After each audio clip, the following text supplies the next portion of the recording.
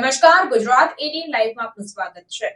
ખેડબ્રહ્મા ખાતે વિશ્વ આદિવાસી દિવસની ભવ્ય ઉજવણી કરવામાં આવી।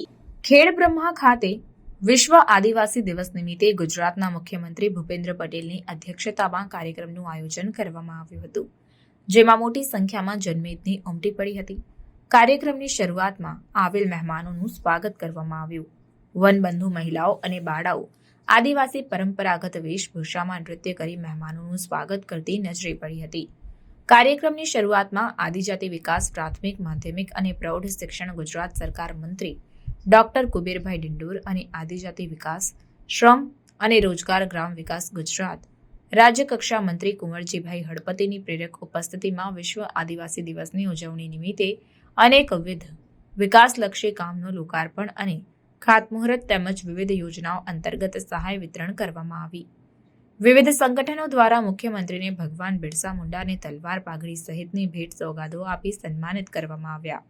ખેડબ્રહ્મા ખાતે આર્ડેક્તા કોલેજ ખાતે યોજાયેલ કાર્યક્રમમાં ઉપસ્થિત રહેલ મહાનુભાવો દ્વારા વિવિધ યોજનાકીય રસભર માહિતી આપવામાં આવી હતી।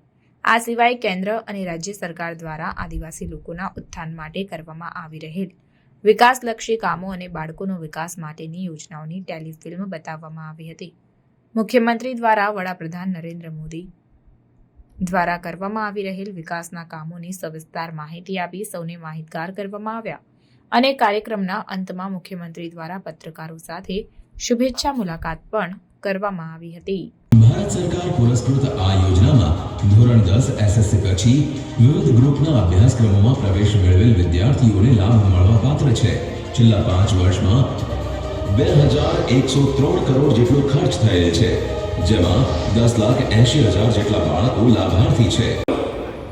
આદિવાસી પ્રજાજનોએ આટલા વૈશ્વિક બદલાવો છતાં પોતાની પરંપરાઓ, જીવનશૈલીને અકલ ગાંધીજીએ કરી દેશની આઝાદીનું રણસિંગારમાં આપણા અનેક આદિવાસી બાંધવોએ બલિદાન આપ્યા છે। આઝાદીની લડતમાં અગ્રેસર રહેલા આદિવાસી બાંધવોને અમૃતકાળમાં ભારતની વિકાસ યાત્રામાં તેમના સુશાસનમાં ભારતને પહેલા આદિવાસી રાષ્ટ્રપતિ શ્રી મારા નમસ્કાર।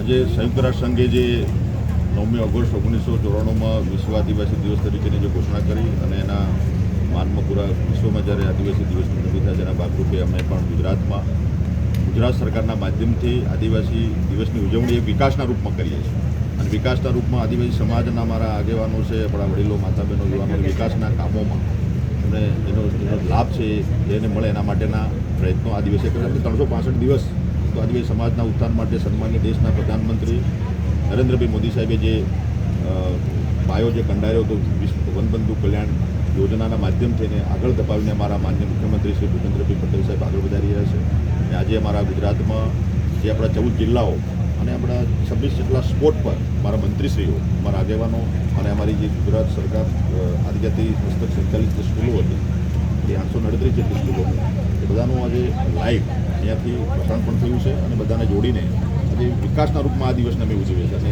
વિશ્વ આદિવાસી દિવસને વિકાસના રૂપમાં વિકાસની ભેટ 1014 કરોડ જેટલી મહત્વ રકમ જે કામોનું ખાતમુહૂર્ત, કેટલાક કામોનું લોકાર્પણ અને વ્યક્તિગત લાભો અમારા ગુજરાતના આદિવાસી બાંધવોના ચરણે આજે ધર્યા છે। એ બદલ હું માનનીય મુખ્યમંત્રીનો આભાર માનું છું અને સવિશેષ આપણા મીડિયાના મિત્રોનો પણ આભાર માનું છું કે આપના માધ્યમથી ગુજરાતના, દેશના અને વિશ્વના આદિવાસી સમાજના અમારા બાંધવોને 9મી ઓગસ્ટ વિશ્વ આદિવાસી દિવસ તરીકે ઢેર સારી શુભકામના પાઠવું।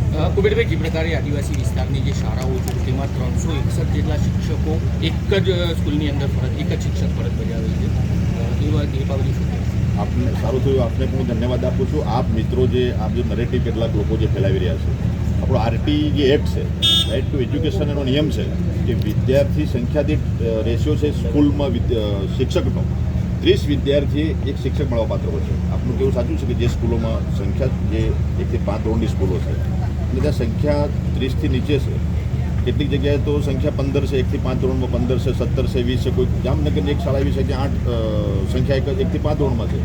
વિદ્યાર્થી સંખ્યાને શિક્ષક રેશિયો આરટીના એક પ્રમાણે છે, એટલે આ જે બાબત છે એ આપને ધ્યાન પર આવી રહી છે, પણ આપ સંખ્યા અને શિક્ષકની સાથે જોઈન નથી કરતા. એટલે આપને પણ મારી વિનંતી કે સાચો મેસેજ, સાચી વસ્તુ સમાજ સાથે આપ મૂકો. અને અમારી બીજી મને આપના માધ્યમથી હું જણાવવા માગું છું કે આપણી જે પે સેન્ટરની શાળાઓ છે ત્યાં મેં નક્કી કર્યું છે, આપણે ગુજરાત સરકારે આપણા સન્માનની માનનીય મુખ્યમંત્રીના નેતૃત્વમાં કે આપણે પે સેન્ટરની શાળામાં પીએમશ્રી યોજના આપણા મોદી સાહેબે જે શરૂઆત કરી છે, પીએમશ્રી સ્કૂલ 270 જેટલી સ્કૂલ પીએમશ્રી અંતર્ગત આપણે મિત્રો પૂરી કરી છે. કોઈ પણ પે સેન્ટરની સ્કૂલ છે ત્યાં એક 30 વિદ્યાર્થી, એક શિક્ષક, એક ક્લાસરૂમ, ત્યાં smart class, interactive panel, computer lab, stem lab અને સ્કૂલનું આંગણું બધું જ અમે કરવા માંગીએ છીએ, કરી રહ્યા છે. એવી 500 જેટલી શાળાઓ તો આપણી આદર્શ બની ગઈ છે, સ્કૂલો બની ગઈ છે. એ પણ આપ મીડિયાના માધ્યમથી કંઈ બતાવો. અને સાથે સાથે જે વિદ્યાર્થીઓને 1 કિલોમીટરથી વધારે અંતરે જવું પડતું હોય પે સેન્ટરમાં, તો એના માટે ગુજરાત સરકાર આપણી ટ્રાન્સપોર્ટ એલાઉન્સ આપે છે વિદ્યાર્થીને. પોતાના ઘરથી સ્કૂલ સુધી જવાનું ભાડું આપણે ચૂકવીએ છીએ. એટલે જે કંઈ વિદ્યાર્થીઓ જે આ નાની સ્કૂલોમાં 1 થી 5 ધોરણની સ્કૂલોમાં જ્યાં છે અને શિક્ષક એ જ છે, વર્ગ 5 છે, કોઈ ધોરણમાં 1 ધોરણમાં 3 વિદ્યાર્થી છે, બીજા ધોરણમાં 2 છે, કોઈ ધોરણમાં 3માં 1 છે, કુલ મળીને 12-15 વિદ્યાર્થીઓ. શિક્ષક તો મિત્રો એક જ મળવા પાત્ર થાય છે. એટલે આપની વાત સાથે હું સમજ છું, પણ સાથે સાથે આ પણ મુદ્દો સમાજના લોકોને. કુબેરભાઈ, બીજું એક કે બનાસકાંઠાના દાંતા તાલુકાની પાછા સ્કૂલ કે જ્યાંનો શિક્ષિકા બેન છેલ્લા 8 વર્ષથી શિકાગો રહે છે, જેનો પગાર પણ પડી રહ્યો છે. આ બાબત અમે કેટલાકથી રિપોર્ટ મંગાવીશું. અમે એ કોઈ પણ કાળે આવું ચલાવવા માંગતા નથી. કોઈ પણ શિક્ષક હોય, કોઈ પણ કર્મચારી હોય, જો એને ફરજ દરમિયાન એ ગેરહાજર રહે તો હકીકત રિપોર્ટ મંગાવી પૂરેપૂરીની રિકવરી પણ કરીશું, પનિશમેન્ટ કરીશું. આ બાબત આપના માધ્યમથી મને ધ્યાન પર આવી છે. હું વિશેષ હકીકત લખી રિપોર્ટ મંગાવી લઈ તો એમાં તથ્ય હશે તો આગળ વધીશું.